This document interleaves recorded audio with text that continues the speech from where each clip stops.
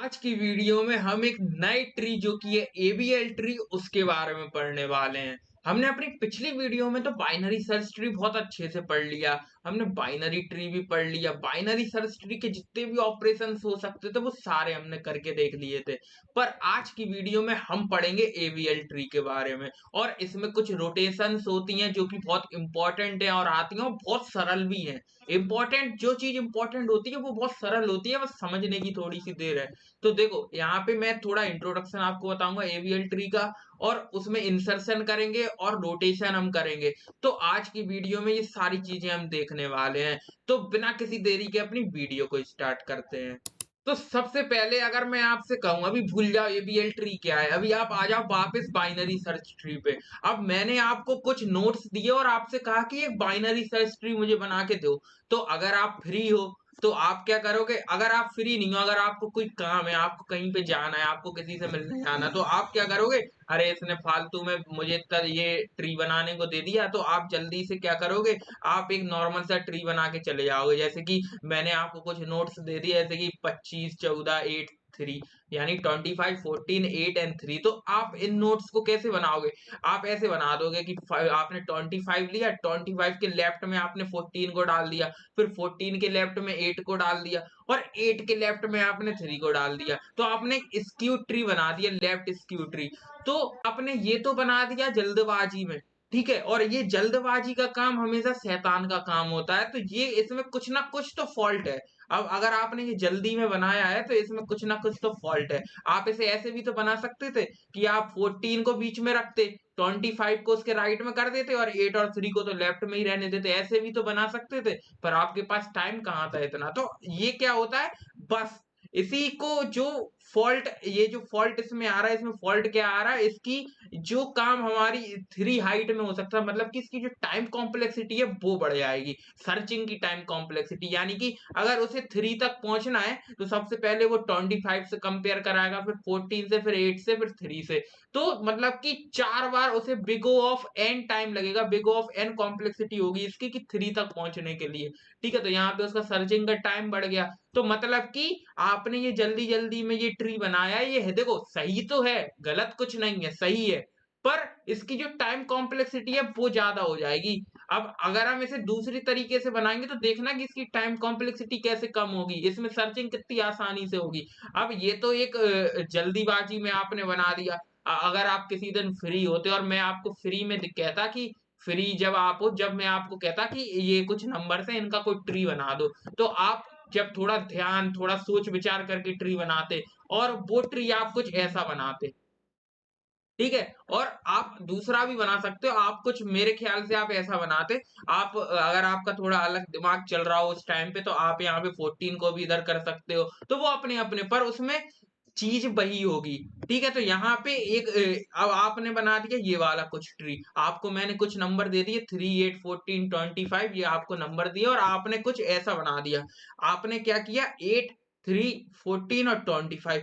अब इस टाइम पे अगर मुझे 25 को सर्च करना है तो मैं क्या करूंगा, सिंपली यहाँ पे मुझे कितने कंपैरिजन करने पड़ेंगे। अगर मुझे वहां पे किसी लास्ट वाले नोड को अगर मुझे सर्च करना पड़ रहा था तो वहां पे मुझे मैक्सिमम कितना big O of N time लग रहा था सर्च करने के लिए। पर यहाँ पे अगर मैं देखूं, यहाँ पे मुझे अगर 25 को सर्च करना है तो मैं पहले 8 से कंपेयर कराऊंगा, फिर 14 से कंपेयर कराऊंगा और 25 से कंपेयर कराऊंगा, 25 मुझे मिल गया। यानी कि यहाँ पे 3 बार में ही हमें 25 मिल गया। ये एक जो फालतू का कंपैरिजन था वो नहीं करना पड़ा हमें। वो हमें क्यों नहीं करना पड़ा, क्योंकि हमने सबसे पहले 8 से कंपेयर कराया।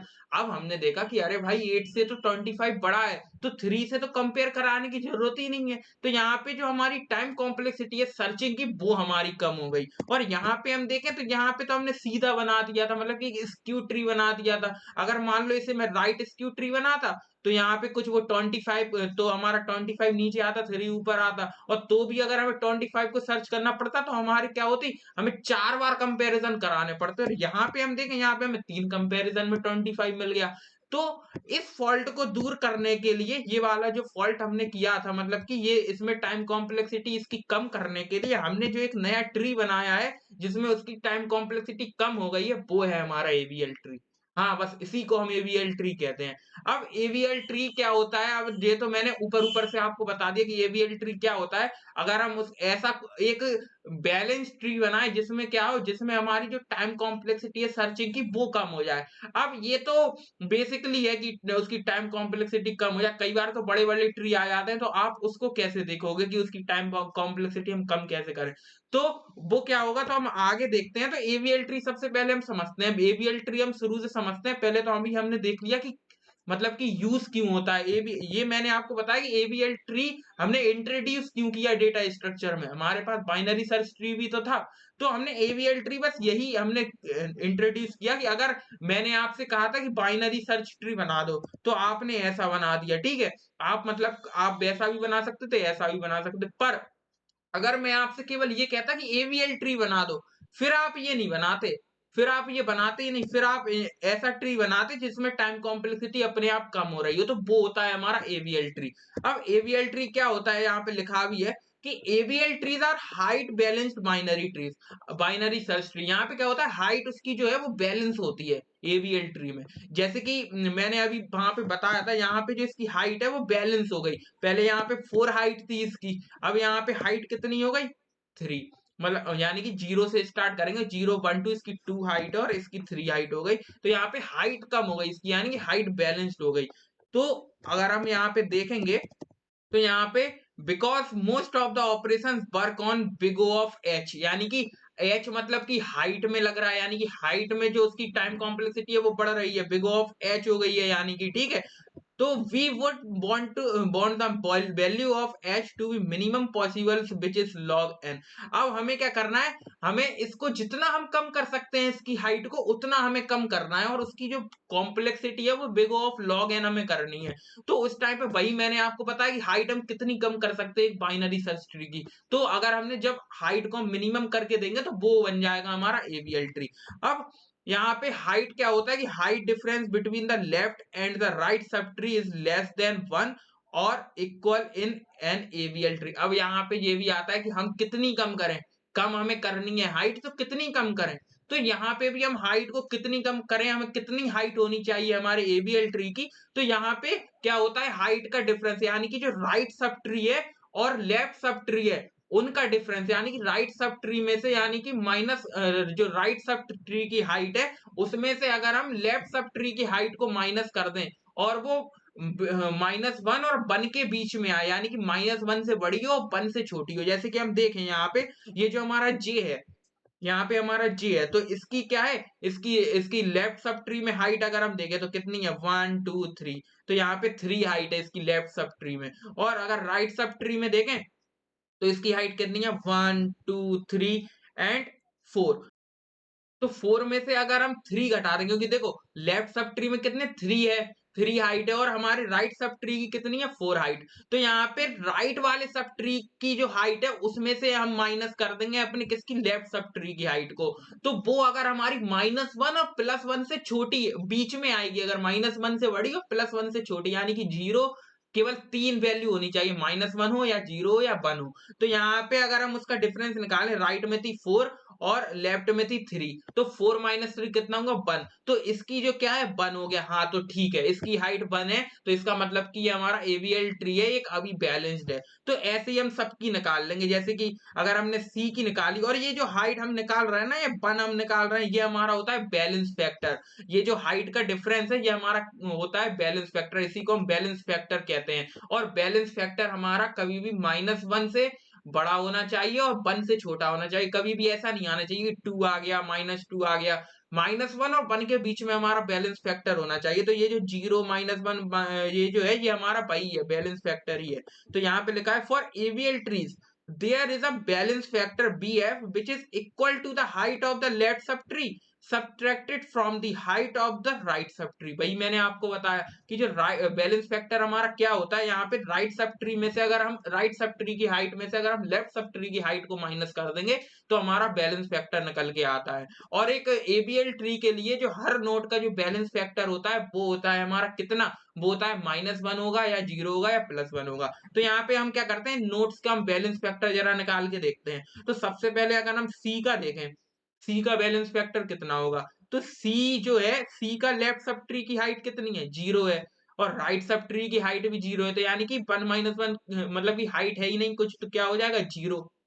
ठीक है, ये इसकी भी 0 है, इसकी भी 0, तो 0 हो गया। अब हम डी का निकाल के देखें, तो डी का बैलेंस फैक्टर हम निकालेंगे, तो डी का लेफ्ट सब ट्री है सी, और राइट सब ट्री कुछ है ही नहीं, यानी कि लेफ्ट सब ट्री की हाइट है 1 और राइट सब ट्री की हाइट कितनी है, 0। तो 0 माइनस 1, तो कितना होगा, -1 आ रहा है, तो -1 इसका बैलेंस फैक्टर हो गया डी का। तो ऐसे ही हमने सारे सबके बैलेंस फैक्टर हम निकाल सकते हैं, जैसे कि फॉर एग्जांपल अगर हम ये इसका निकालें एस का, तो यहाँ पे एस का बैलेंस वेक्टर कैसे निकालेंगे, तो लेफ्ट सब ट्री भी हमारा कितना है, हाइट उसकी 1 है, और एस के राइट सब ट्री की हाइट 1 है, तो 1 माइनस 1 कितना हो जाएगा, 0, तो इसका बैलेंस वेक्टर आ गया 0। तो ऐसे हम बैलेंस वेक्टर निकालते हैं, और सबका बैलेंस वेक्टर अगर हमारा -1 आ रहा है या 0 आ रहा है या 1 आ रहा है, तो उस टाइम पे वो हमारा क्या होगा, एक बैलेंस्ड एबीएल ट्री होगा।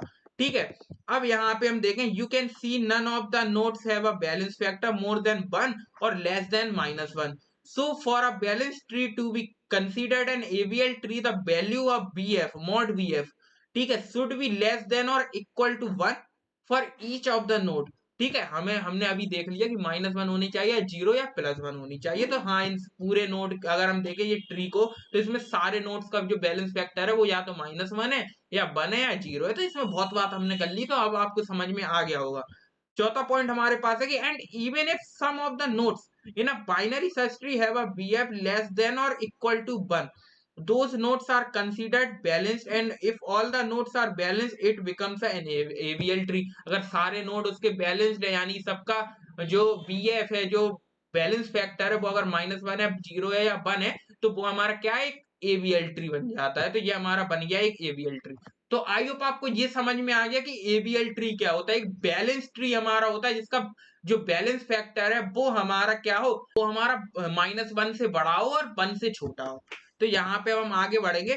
तो अब यहाँ पे हम आते हैं कि इंसर्शन कैसे करेंगे हम अपने एबीएल ट्री में। तो अब यहाँ पे देखो, यहाँ पे अगर हमें मान लो ये हमारा एक बैलेंस एबीएल ट्री है, ये अभी 25 और 14 वाला, ये वाला एबीएल ट्री, ठीक है, ये पहला वाला एबीएल ट्री, ये जो ट्री है वो हमारा एक बैलेंस ट्री है, क्योंकि यहाँ पे हम देखें इसका जो 25 का बैलेंस फैक्टर कितना है, -1, और 14 का बैलेंस फैक्टर 0 है। क्योंकि 14 का 0 क्यों है, क्योंकि इसकी लेफ्ट में भी कोई सब ट्री नहीं है, लेफ्ट की हाइट भी 0 है, राइट की हाइट भी 0 है, तो 0 हो गया। और 25 में लेफ्ट की हाइट 0 है, राइट की हाइट 1 है, तो 0 -1 क्या हो जाएगा, -1।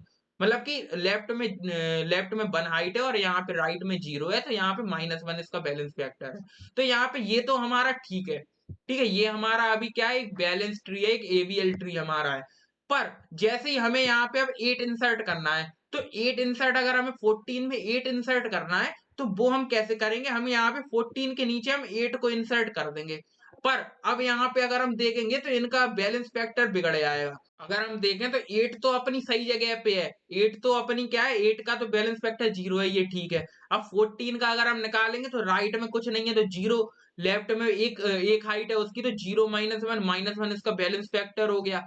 अब यहाँ पे क्या आया कि अब जो 25 है उसकी हाइट, उसकी जो राइट की हाइट तो 0 है, पर लेफ्ट की हाइट कितनी हो गई, 2, तो 0 -2 इसका -2 हो गया बैलेंस फैक्टर। तो यहाँ पे ये अब हमारा क्या है, ये अब हमारा इम्बैलेंस्ड हो गया, ठीक है, इनबैलेंस्ड हो गया। ये पहले तो हमारा एबीएल ट्री था, पर जैसे ही हमने 8 को इंसर्ट किया तो ये हमारा इनबैलेंस्ड हो गया। अब यहाँ पे जब 8 ने आके इन्हें इनबैलेंस कर दिया, तो अब 14 और 25 एक तकनीक अपनाएंगे अपने इसको ठीक करने के लिए। अब इनकी जो लाइफ है उसमें जब से 8 आया है, जब से उनकी लाइफ खराब हो गई है। ये 25 14 की तो फिर भी ठीक है, पर जो 25 है उसका बैलेंस फैक्टर -2 हो गया। अब उसे इसे सॉल्व करने के लिए अब क्या करेंगे, यहाँ पे 25 और 14 ने एक रणनीति बनाई अपनी, कि हम क्या करेंगे, यहाँ पे हम एक रणनीति बनाएंगे, और उस रणनीति को कहा गया रोटेशन। रोटेशन, अब हम क्या करेंगे इसमें, हम रोटेशन अगर हम कर देंगे, रोटेशन क्या होती है अब हम उनको देखते हैं। तो सबसे पहले हम यहाँ पे एल एल रोटेशन पढ़ते हैं। तो इनने क्या किया, इनने एक रणनीति अपनाई जिसे हम कहते हैं एल एल रोटेशन। अब ये क्या करेंगे, इसमें एल एल रोटेशन क्या होगी, जैसे ही अगर हम यहाँ पे देखें, अगर हम इसकी एल एल रोटेशन करेंगे तो यहाँ पे ये क्या होगा, यहाँ पे हम ऐसे रोटेशन करेंगे, ये आपको मार्क दिख रहा है, हमने ऐसे जब रोटेशन की तो ये 14 हमारा बीच में आ गया, 14 हमारा बीच में आ गया, और 8 हमारा रहेगा लेफ्ट में क्योंकि 14 से छोटा है, और 25 हमारा आ गया राइट में।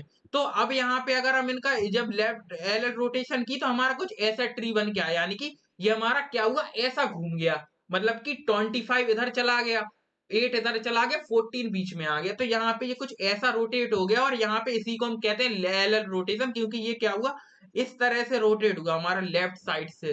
ठीक है, तो ये हमारा एल रोटेशन। अब यहाँ पे देखना, मतलब कि ये राइट, ये जो है ये राइट की तरफ रोटेट होता है, तो उसमें उसे वो कहते हैं हम एल रोटेशन।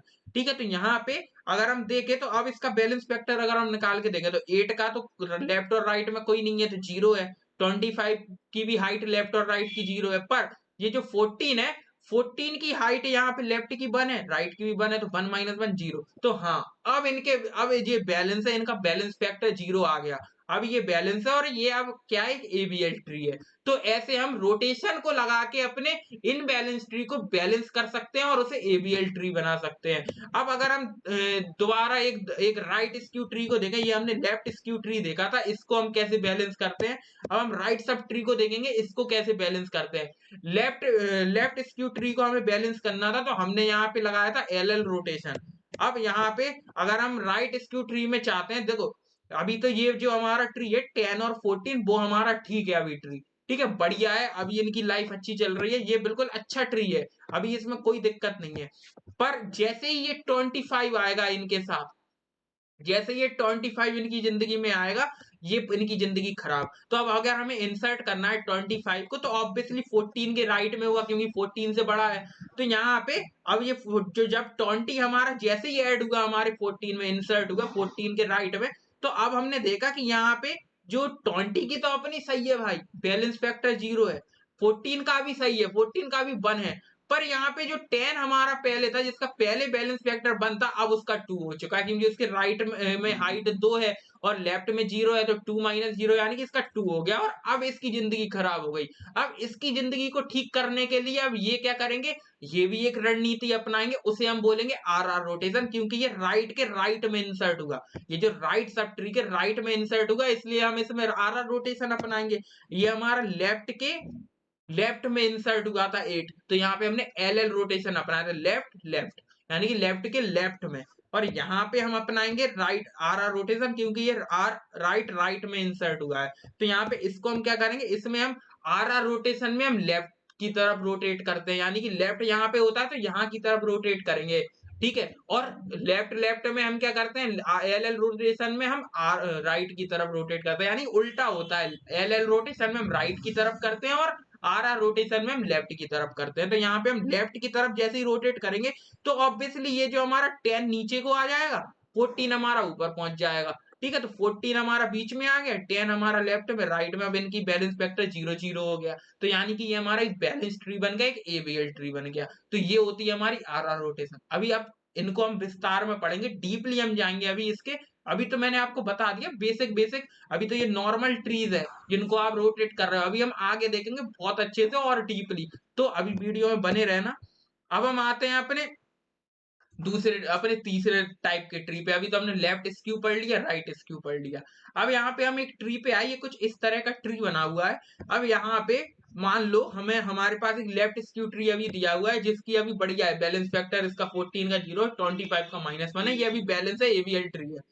पर यहाँ पे हमें इंसर्ट करना है 19 को। अब हमें इसमें 19 इंसर्ट करना है, तो अब ये 14 है, 19 है वो 14 से बड़ा है, तो 14 के राइट में इंसर्ट होगा। ठीक है, 14 के राइट में इंसर्ट होगा, तो कुछ ऐसा ट्री हमारे पास बन के आएगा। और अब जो 25 है उसका बैलेंस फैक्टर बढ़ गया और ये हमारा इनबैलेंस्ड हो गया हमारा ट्री। तो इनबैलेंस हो गया हमारा किसकी वजह से, 14 की वजह से।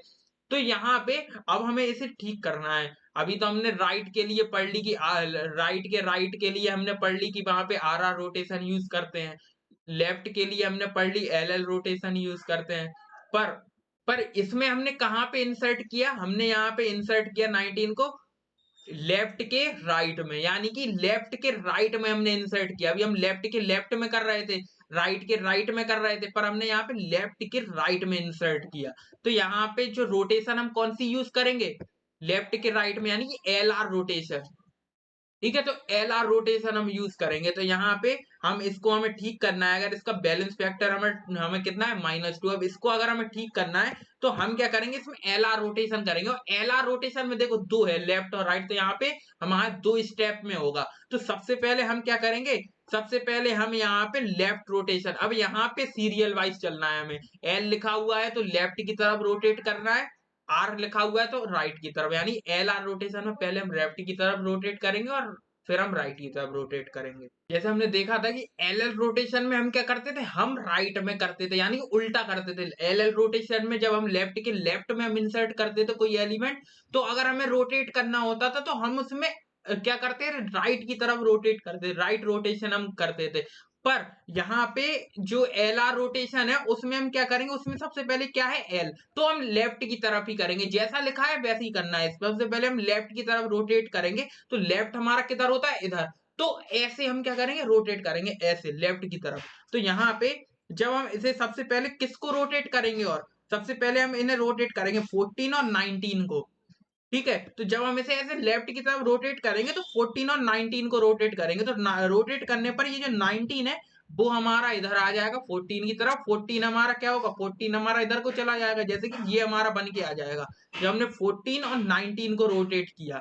तो यहाँ पे हम किसको रोटेट करेंगे, हम 14 और 19 वाले को। तो हमने जब ऐसे रोटेट किया इसे लेफ्ट की तरफ, तो हम क्या होगा, ये जो हमारा जो 14 है, 19 जो है हमारा वो इधर आ जाएगा। जैसे कि हमने इसको जो 14 और ऐसे लगे थे अभी 14 और 19, तो हमने इसे लेफ्ट की तरफ रोटेट किया तो 19 हमारा ऐसे आ गया, तो ऐसे लग गए कुछ ऐसे ऐसे। तो यहाँ पे हम देख सकते हैं ये जो 19 है वो हमारा 19 ऐसा लग गया, 14 ऐसा लग गया। तो ये स्टेप 1 में हमने कर दिया इसे लेफ्ट रोटेट, क्योंकि एल लिखा था। अब आर के लिए, आर अब क्या करेंगे, हम राइट रोटेट करेंगे। अब राइट रोटेट हम किसको करेंगे, पे अभी बैलेंस फैक्टर ये गलत लिखा हुआ है, जो 19 नहीं है, ये 1 है हमारा। अगर हम यहाँ पे देखें तो ये हमारा 19 नहीं है, ये हमारा होगा 1। ठीक है, ये हमारा होगा 1 और ये हमारा कितना है, 2 है। ठीक है, तो ये गलतियों को नजरअंदाज करना, और बाकी मैं आपको नोट्स तो बहुत अच्छे से दे ही दूंगा। तो यहाँ पे इसका जो बैलेंस फैक्टर है 1 है, 2 है। तो अभी भी क्या है कि बैलेंस फैक्टर ठीक नहीं हुआ अभी। आप सोच रहे हो तो बैलेंस फैक्टर ठीक हो गया, अभी तो हमने इसको थोड़ा किया है। अभी हमने इसको लेफ्ट हमने रोटेट किया सबसे पहले 14 और 19 को। तो 19 का बैलेंस फैक्टर कितना होगा, राइट में 1 है, राइट में 0 है, इधर 1 है, तो 0 माइनस 1 कितना हो जाएगा, यहाँ पे -1 होगा मेरे ख्याल से। हाँ, यहाँ पे -1 होगा ये, और ये हमारा होगा -2। ठीक है, लेफ्ट में क्या है, इसके जो लेफ्ट है उसमें क्या है, दो है। 25 के लेफ्ट में दो सब ट्री, यानी कि 25 की लेफ्ट की हाइट है 2, और राइट में कितनी है, 0। तो राइट माइनस होता है लेफ्ट, तो 0 - 2 यानी -2 इसका है। तो अभी इसे संकट में है, अभी इसकी संकट को, इसकी विपदा को हम दूर करेंगे। तो यहाँ पे देखो सबसे पहले तो हमने इसे स्टेप 1 में रोटेट कर दिया, 19 हमारा ऐसा हो गया, 14 ऐसा हो गया। अब हम स्टेप 2 में क्या करेंगे, स्टेप 2 में हम करेंगे राइट रोटेट। तो राइट रोटेट अब हम आराम से कर सकते हैं। अगर हम यहाँ पे देखें कि यहाँ पे जैसे हम एल एल रोटेशन में कर रहे थे राइट रोटेट, सेम हमें करना है। 19 हमारा बीच में आ जाएगा, 14 हमारा उसके लेफ्ट में, और राइट में 25। तो अब इन तीनों के जो बैलेंस फैक्टर है वो 0 0 हो गए। तो ऐसे हम करते हैं अपना एल आर रोटेशन। अब हम बढ़ते हैं अपने फोर्थ रोटेशन की तरफ। फोर्थ तरीके से हम कैसे इंसर्ट होगा, तो फोर्थ तरीके से अगर मान लो हमारे पास ये अभी दिया हुआ है, इसको हम क्या करें, यहाँ पे इसे हम ऐसे कर लें। हाँ, अब यहाँ पे हमारे पास एक राइट स्क्यू ट्री दिया हुआ है जो कि अभी ठीक है, अभी इसकी जिंदगी अच्छी चल रही है, 10 है आराम से, 10 का बैलेंस फैक्टर 1 है, 14 का 0 है, बढ़िया अपनी जिंदगी जी रहे हैं लाइफ। और अब इनमें आ गया कि अब 12 आ गया कि भाई हमें तुम्हारी जिंदगी में प्रवेश करना है। तो यहाँ पे अब 12 है, 12 को भी इनके साथ आना है। उन्होंने देखा कि अरे ये बहुत मजे कर रहा है, अब मैं इनकी जिंदगी में आके इनकी जिंदगी को बंद करता हूँ। तो यहाँ पे अब 12 आएगा और इंसर्ट होगा। और 12 कैसे इंसर्ट होगा, वो हमारे क्या है, 14 से छोटा है, तो उसके राइट, उसके लेफ्ट में इंसर्ट होगा। तो यहाँ पे 14 के लेफ्ट में इंसर्ट हो गया।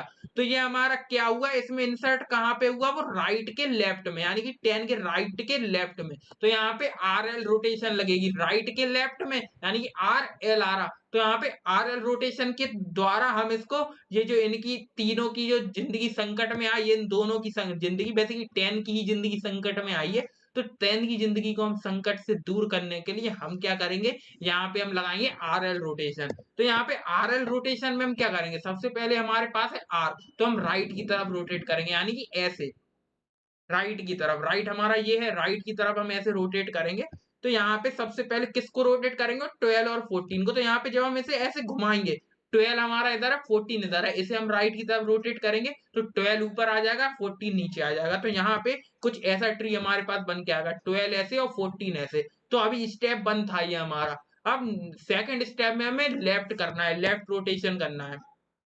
तो लेफ्ट रोटेशन हमारी कहाँ पे होती है? लेफ्ट रोटेशन होगी अब हमारी, लेफ्ट रोटेशन अब हम पूरे में करेंगे। तो जैसे हम आर आर में कर रहे थे, यहाँ पे लेफ्ट रोटेट कर देंगे पूरे को। तो ये 12 हमारा बीच में आ गया, 10 हमारा इधर, 14 इधर। तो अभी हमारा एबीएल ट्री बन चुका है, बैलेंस ट्री।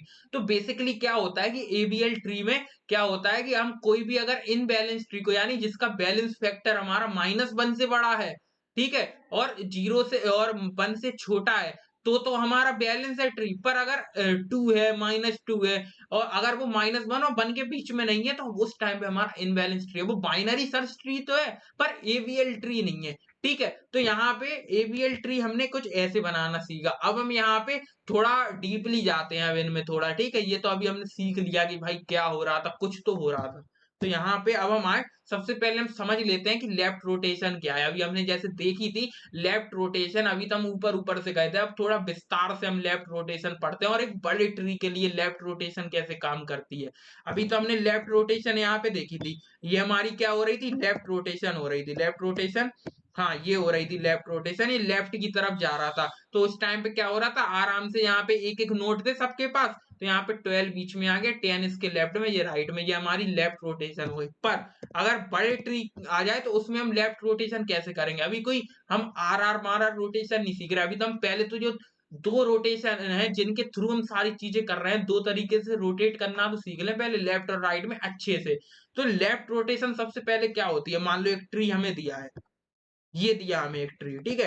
ये 9, 8 और ये 9 के दो चाइल्ड हैं और 15 के हमारे दो चाइल्ड है। अब इसको हमें लेफ्ट रोटेट करना है। तो लेफ्ट रोटेट हम इसे कैसे करेंगे?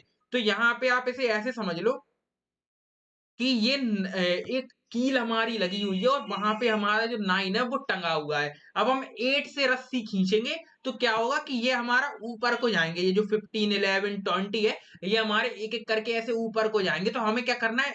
लेफ्ट में क्या करना है? हमें लेफ्ट से खींचना है, यानी कि 8 की तरफ से हम रस्सी को खींचेंगे और ये हमारे ऊपर की तरफ जाएंगे। तो यहाँ पे जब हम इसे लेफ्ट रोटेट करेंगे, ऐसे घुमाएंगे, मतलब कि इस तरफ को हम क्या करेंगे? झुकेंगे, रस्सी ऐसी खींचेगी लेफ्ट की तरफ, तो यहाँ पे ऐसे घूमेगा। तो उस टाइम पे क्या होगा? ये 15 हमारा, मान लो 15 बीच में आ गया, ठीक है, 15 तो बीच में आ गया, पर ये जो 11 है, ये 11 का क्या होगा? क्योंकि ये टंगते टंगते क्या होगा?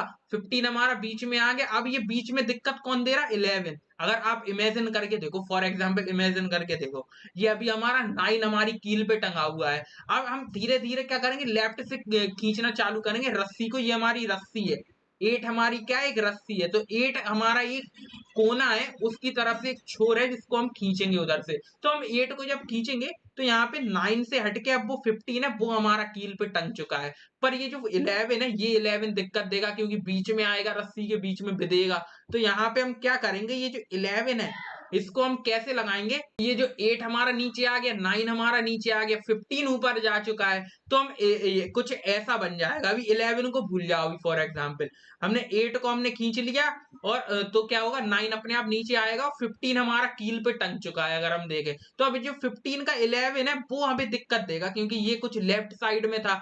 इधर लेफ्ट में कैसे बनता भाई? कील थी उधर। तो यहाँ पे अब क्या होगा कि ये जो 11 है वो हम लगा देंगे कहाँ पे? अब 11 कहाँ पे आएगा? तो 11 हम देखेंगे जहां पे आएगा वहां पे हम 11 को लगा देंगे। ये जो 11 था, तो 11 हमारा क्या है? 9 से बड़ा है और 15 से छोटा है, तो 9 के राइट में आ जाएगा 11 और ये हमारा क्या हुआ? लेफ्ट रोटेशन हो गया, ऐसे रोटेट कर लिया। इसमें समझने की बात इतनी थी कि यहाँ पे ये जो 11 है, 11 हमारा कहाँ पे जाएगा? क्योंकि 11 हमारा बीच में दिक्कत दे रहा था। तो 11 हमारा कहाँ पे जाएगा? पहले हम क्या करेंगे? इस 11 को पहले एक टाइम के लिए हम मान लेंगे कि है ही नहीं, तो हम रस्सी को खींचेंगे। 15 हमारा कील पे टंग चुका है, अब 15 के लेफ्ट में था, तो अब हम 11 को अब हम अपने ट्री में लाएंगे। तो 11 हमारा जहां पे आ रहा होगा वहां पे ला देंगे। तो यहाँ पे 15 से छोटा था तो लेफ्ट में आएगा, 9 से बड़ा है तो राइट में आएगा, तो 11 यहाँ पे आ गया। तो ये हमारा बन चुका है, लेफ्ट रोटेशन हमारी हो चुकी है। अब जो राइट रोटेशन हम कैसे करते हैं? अभी तो हमने लेफ्ट रोटेशन समझ ली एक बड़े ट्री के लिए, अब राइट रोटेशन कैसे करेंगे? सेम है लेफ्ट की तरह, बस राइट में राइट की तरफ रोटेट करना है, ठीक है। ये तो नाम से ही पता चल रहा है कि उसमें लेफ्ट की तरफ रोटेट कर रहे थे और जो एक्स्ट्रा आ रहा था उसको अभी छुपा ले रहे थे, फिर बाद में उसे लगा दे रहे थे। अब यहाँ पे जो राइट वाला है उसमें भी हमारे पास क्या है, एक ट्री दिया हुआ है। अब इसमें राइट रोटेट करना है, तो राइट रोटेट में क्या होगा, राइट रोटेट में यही होगा, जो पहले राइट बन के ये बन के आया था इसी को हम दोबारा से ये बन जाएगा हमारा राइट रोटेट करने पर। तो यहाँ पे हम देखेंगे तो अभी हमारा कुछ ऐसा बन के आ गया। अब इसे राइट रोटेट अगर हमें करना है इसकी तरफ, ऐसे ऐसे रोटेट करना है, तो यहाँ पे हम क्या करेंगे, अभी 15 हमारा कील पे टंगा हुआ है, जब राइट रोटेट करेंगे तो यहाँ पे 9 हमारा ऊपर टंग जाएगा। अभी भी ये 11 दिक्कत दे रहा है, क्योंकि 11 9 के संग में कहाँ पे बीच में विदेगा फालतू में। तो 11 क्या होगा, 11 को अभी हम छुपा लेंगे और 9 हमारा कील पे टंग चुका है। और अब हम देखेंगे 11 कहाँ पे आएगा, 9 से बड़ा है राइट में, 15 से छोटा है 11, तो यहाँ पे आ चुका है। तो ऐसे हम करते हैं अपना राइट रोटेशन। आई होप आपको समझ में आया है, मैंने बहुत अच्छे से आपको सामने दिख रहा है, बहुत अच्छे से मैंने आपको बताया है। तो यहाँ पे लेफ्ट और राइट रोटेशन हमने समझ ली। अब हम देखेंगे कि ये जो 4 रोटेशन हमने पढ़ी थी, L L, R R, L R और आर एल, इन चारों रोटेशन में फंडा क्या है, होता क्या है, उनके रूल्स क्या है उन्हें करने के। तो यहाँ पे अब हम उनको डीपली पढ़ेंगे। तो यहाँ पे रूल्स देखेंगे हम डिफरेंट रोटेशंस के लिए, जो कि R R, L L, L R और आर एल, इनके लिए। तो सबसे पहले हम देखेंगे अपने एल एल रोटेशन के लिए क्या रूल है। तो उसे हम बोलते हैं लेफ्ट लेफ्ट इंसर्शन। जैसा कि हमने देखा था, अगर हम लेफ्ट लेफ्ट इंसर्ट कर रहे हैं, यानी कि किसी के ट्री के लेफ्ट में इंसर्ट कर रहे हैं, तो उस टाइम पे हम क्या करेंगे, राइट रोटेट बंस। सबसे पहले हम राइट रोटेट करेंगे, लेफ्ट है तो राइट उल्टा होगा, जैसा कि मैंने आपको बताया था। तो राइट हम रोटेट करेंगे with respect to the first imbalance node, यानी कि जिस नोड को हमने इंसर्ट कर दिया वहां से हम स्टार्ट करेंगे और देखेंगे पहला इम्बैलेंस नोड कौन सा है। पहला ऐसा कौन सा नोड है जिसका बैलेंस फैक्टर हमारा क्या है, हमारा या तो 0 -1 1 नहीं है, तो वो हमारा क्या है, इम्बैलेंस नोड। तो यहाँ पे उसको हम चेक करेंगे और सबसे पहले राइट की तरफ रोटेट करेंगे, फिर हम चेक करेंगे पहला इम्बैलेंस नोड कौन सा है। तो अगर हम देखेंगे तो यहाँ पे ये हमारा एल एल रोटेशन। तो एल एल रोटेशन में हम क्या करेंगे, सबसे पहले अगर हम लेफ्ट के लेफ्ट में इंसर्ट कर रहे हैं, यानी कि हमारे पास ये अभी ट्री है, एक बैलेंस ट्री है, तो यहाँ पे हम देख सकते हैं सबके बैलेंस फैक्टर सही है, 0 है 1 है, किसी का भी -1 0 1 के अलावा कुछ नहीं है। तो अब यहाँ पे अगर हमें 4 को इंसर्ट करना है, यानी लेफ्ट के लेफ्ट में इंसर्ट होगा, मतलब कि 4 को इंसर्ट करना है, भी देखेंगे कहाँ पे इंसर्ट हो रहा है। तो 4 को सबसे पहले हम 11 के पास आए, 4 से छोटा है तो लेफ्ट में जाएगा। 9 के पास आए, 9 से भी छोटा है तो लेफ्ट में जाएगा। 5 से भी छोटा है तो लेफ्ट में आएगा। तो हमने यहाँ पे इसके लेफ्ट के लेफ्ट में इंसर्ट किया। तो लेफ्ट के लेफ्ट में जब हम इंसर्ट करते हैं तो हम क्या करते हैं, राइट रोटेट करते हैं सबसे पहले। ठीक है, राइट रोटेट करते हैं, तो राइट रोटेट हम कर देंगे इसे। तो राइट रोटेट हम जब इसे करेंगे तो कैसे होगा हमारा राइट रोटेट, सबसे पहले तो हम 4 को हम यहाँ पे इंसर्ट कर देंगे। तो अब यहाँ पे जब हमने 4 को इंसर्ट कर दिया तो यहाँ पे जो बैलेंस फैक्टर है वो हमारे कुछ ऐसे चेंज हो गए, 4 का 0 है, 5 का 1, 9 का 1 और यहाँ पे 11 का 2 हो गया, यानी कि इनबैलेंस हो गया ये। अब इसको हमें दूर करने के लिए हम यहाँ पे करेंगे रोटेशन। और रोटेशन कौन सी करेंगे, राइट रोटेशन, क्योंकि हमने वहां पे देखा है जब अगर हम लेफ्ट के लेफ्ट में इंसर्ट करते हैं तो कौन सी रोटेशन करते हैं, राइट रोटेशन, राइट की तरफ रोटेट करते हैं। तो यहाँ पे एल एल रोटेशन हमारी वही होगी, एल एल रोटेशन हम क्या करते हैं, लेफ्ट के लेफ्ट में इंसर्ट करते हैं। अब देखो यहाँ पे एल एल रोटेशन तो करनी है, मतलब राइट की तरफ रोटेट तो करना है, पर किसके रिस्पेक्ट में करना है, यहाँ पे मैंने देखा था फर्स्ट इम्बैलेंस नोड जो है। तो यहाँ पे फर्स्ट इम्बैलेंस नोड हमें चेक कहाँ से करना है, नीचे से। तो हम जो नोड हमने इंसर्ट किया, 4 हमने इंसर्ट किया, तो 4 के नीचे से हम चलेंगे तो यहाँ पे 5 पे आए। 5 का हम देखेंगे बैलेंस फैक्टर इनबैलेंस तो नहीं हो रहा, नहीं हो रहा क्योंकि ये 1 है। फिर हम ऊपर आए, 9 के पास आए, 9 का देखा बैलेंस फैक्टर इम्बैलेंस तो नहीं हो रहा, नहीं हो रहा, 1 है। अब हम फिर से ऊपर आए तो यहाँ पे 11 का देखा, अरे 11 का 2 है, तो इसका ये हमारा इनबैलेंस नोड है पहला। तो इसके रिस्पेक्ट में हम क्या करेंगे, राइट की तरफ रोटेट करेंगे। तो राइट हमारा क्या है यहाँ पे, तो राइट की तरफ हम ऐसे रोटेट करेंगे। तो यहाँ पे ऐसे रोटेट करने पर ये जो अभी 11 टंगा हुआ है वो कौन टंग के आ जाएगा, 9। तो 9 में एक 10 भी लगा हुआ है, तो 10 को अभी हम भूल जाएंगे और 9 को हम ऐसे टांग देंगे। सबसे पहले 9 को हमने ऊपर टांग दिया, 5 लगा हुआ है लेफ्ट में, 4 लगा हुआ है, और यहाँ पे 9 को ऊपर करेंगे तो 11 राइट में आ गया, 18 आ गया। अब 10 को भी हमें लगाना है, तो 10 को हम कैसे लगाएंगे, 9 से बड़ा है तो राइट में, 11 से छोटा है तो लेफ्ट में। तो ये हमारा कुछ ऐसा बन गया। ठीक है, हमने जब इसमें राइट रोटेट कर दिया, ठीक है, तो उस टाइम पे अब हम देखें इसका बैलेंस फैक्टर सबका 1 या 0 है। ठीक है, तो यानी कि ये हमारा क्या है, एक एबीएल ट्री बन के आ चुका है। तो ये हमारी हो गई L L rotation. L L rotation में हम करते हैं अपना राइट रोटेट। अब हम देखते हैं अब हम यहाँ पे आते हैं और आर एल रोटेशन देखते हैं। आर आर भी हमें ऐसी सेम करनी है।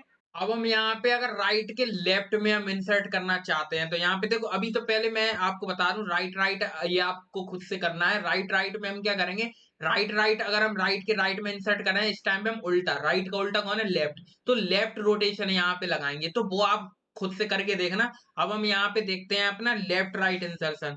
तो लेफ्ट राइट अभी छोड़ो, राइट लेफ्ट हम देखते हैं। लेफ्ट राइट आप खुद से करना। तो राइट लेफ्ट इंसर्शन अगर हमें करना है कि राइट के लेफ्ट में हम इंसर्ट कैसे करेंगे, राइट के अगर लेफ्ट में इंसर्ट कर रहे हैं तो उस टाइम पे जो इनबैलेंस है हुआ है ट्री, उसको हम एवीएल ट्री कैसे बनाएंगे वो हम देखते हैं। तो यहाँ पे सबसे पहले देख लेते हैं क्या करना है। सबसे पहले हम क्या करेंगे, राइट के लेफ्ट में इंसर्ट करेंगे अगर एलिमेंट, तो वहां पे हम क्या करेंगे, सबसे पहले राइट रोटेट करेंगे। जैसा कि मैंने आपको बताया था, यहाँ पे लाइन से चलना है, राइट है तो राइट रोटेट करना है, फिर हम करेंगे लेफ्ट रोटेट, बस। तो यहाँ पे इतना ही करना है, ठीक है।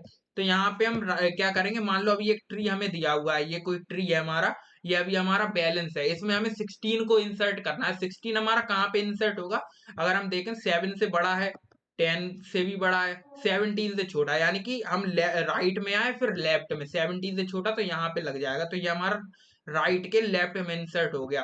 अब हमें यहाँ पे सबसे पहले अगर हमें इसे दूर करना है, इसकी देखो हम देख सकते हैं बैलेंस फैक्टर बिगड़ गया 2 बार। तो यहाँ पे इसका 2 हो गया, इसका 2 हो गया। तो इसको बैलेंस फैक्टर को दूर करने, इसके बैलेंस फैक्टर को ठीक करने के लिए हम क्या करेंगे, हम यहाँ पे सबसे पहले राइट रोटेट करेंगे, या आर लिखा हुआ है तो राइट रोटेट करेंगे, दोबारा एल लिखा हुआ है तो एल रोटेट करेंगे। 2 स्टेप में होता है ना ये। तो यहाँ पे सबसे पहले हम क्या करेंगे, स्टेप 1 में हम करेंगे इसे राइट रोटेट। तो राइट रोटेट हम सबसे पहले करेंगे इसे। तो राइट रोटेट में हम देखते हैं कि नीचे से जो उसके ऊपर है जस्ट उसको हम राइट रोटेट करते हैं, जिसको हमने इंसर्ट किया उसके जस्ट ऊपर। तो जब हम इसको 16 और 70 को राइट रोटेट करेंगे तो यहाँ पे हमारा 16 इधर आ जाएगा, 17 इधर आ जाएगा, तो ऐसा बन गया हमारा। ठीक है, स्टेप 1 में अब हम लेफ्ट रोटेट करेंगे। तो लेफ्ट रोटेट हम करेंगे पहले इम्बैलेंस नोड पे, ठीक है, जो फर्स्ट इम्बैलेंस नोड है। तो यहाँ पे इसका फर्स्ट इम्बैलेंस नोड अगर हम देखें, ये तो ये है हमारा फर्स्ट इम्बैलेंस नोड। तो यहाँ पे अब इसको हम क्या करेंगे, लेफ्ट रोटेट करेंगे। लेफ्ट रोटेट करेंगे तो यहाँ पे लेफ्ट रोटेट करने पर 10 के रिस्पेक्ट में कर रहे हैं हम, तो यहाँ पे जो 10, 16, 17 में से 16 बीच में आ जाएगा। जैसे हम यहाँ पे देख सकते हैं 10 यहाँ पे लेफ्ट में चला गया, 17 राइट में। एक बार और देखें, यहाँ पे हम क्या करेंगे, यहाँ पे हमें क्या करना है, राइट तो हमें क्या करना है, अपने जो एलिमेंट हमने इंसर्ट किया जो नोड, उसके जस्ट ऊपर वाले से हमें क्या करना है, रोटेट करना है राइट को। तो हमने पलट दिया, तो यहाँ पे रोटेट होके ये 16 ऊपर आ गया, 17 नीचे, ऐसे। अब यहाँ पे हमारे पास ये क्या है, फर्स्ट इम्बैलेंस नोड ढूंढेंगे नीचे से हम। तो नीचे से फर्स्ट इम्बैलेंस नोड ढूंढेंगे, उसे लेफ्ट की तरफ रोटेट करेंगे। तो यहाँ पे 17 का 0 है, ठीक है, 16 का 1 है, पर यहाँ पे 10 का 2 है, 10 हमारा इम्बैलेंस है सबसे पहले। तो हम क्या करेंगे, इसमें हम लगाएंगे अपना राइट लेफ्ट रोटेशन। तो लेफ्ट रोटेशन ऐसे लगेगा, तो यहाँ पे 10 ये है, 17 ये है, ऐसा लगेगा, तो 16 बीच में आ जाएगा। तो यहाँ पे 16 हमारा बीच में आ गया, 10 इसके लेफ्ट में, राइट में 17, और 7 अपनी जगह रहेगा, 1 अपनी जगह रहेगा। तो यहाँ पे हमने आर एल रोटेशन देख ली। ऐसे ही हमारी एल आर रोटेशन होगी, उसमें पहले क्या होगा, उसमें हम पहले लेफ्ट रोटेट करेंगे एल आर के लिए, और फिर हम राइट रोटेट करेंगे सेकंड स्टेप में। तो आज की वीडियो में हमने बहुत सारी चीजें सीख ली। हमने एवीएल ट्री अपना बहुत अच्छे से सीख लिया, एवीएल ट्री होता क्या है, इसमें रोटेशंस कैसे करते हैं, ये बहुत ही इंपॉर्टेंट है, और बहुत ही इजीली हमने इन सारी चीजों को सीख लिया है। तो आज की वीडियो को हम यहीं पे रैप अप करते हैं। अगर वीडियो आपको थोड़ी सी भी अच्छी लगी होगा, बिल्कुल थोड़ी सी भी, तो चैनल को सब्सक्राइब कर लेना। और अगर वीडियो थोड़ी सी भी अच्छी लगी तो चैनल को तो सब्सक्राइब करना ही है। साथ ही साथ अगर आप मुझसे पर्सनली कनेक्ट करना चाहते हैं तो आप मेरे इंस्टाग्राम पे भी मुझे फॉलो कर सकते हैं। तो आज की वीडियो में इतना ही, मिलते हैं आपसे नेक्स्ट वीडियो में, तब तक के लिए thanks for watching, take care and bye bye.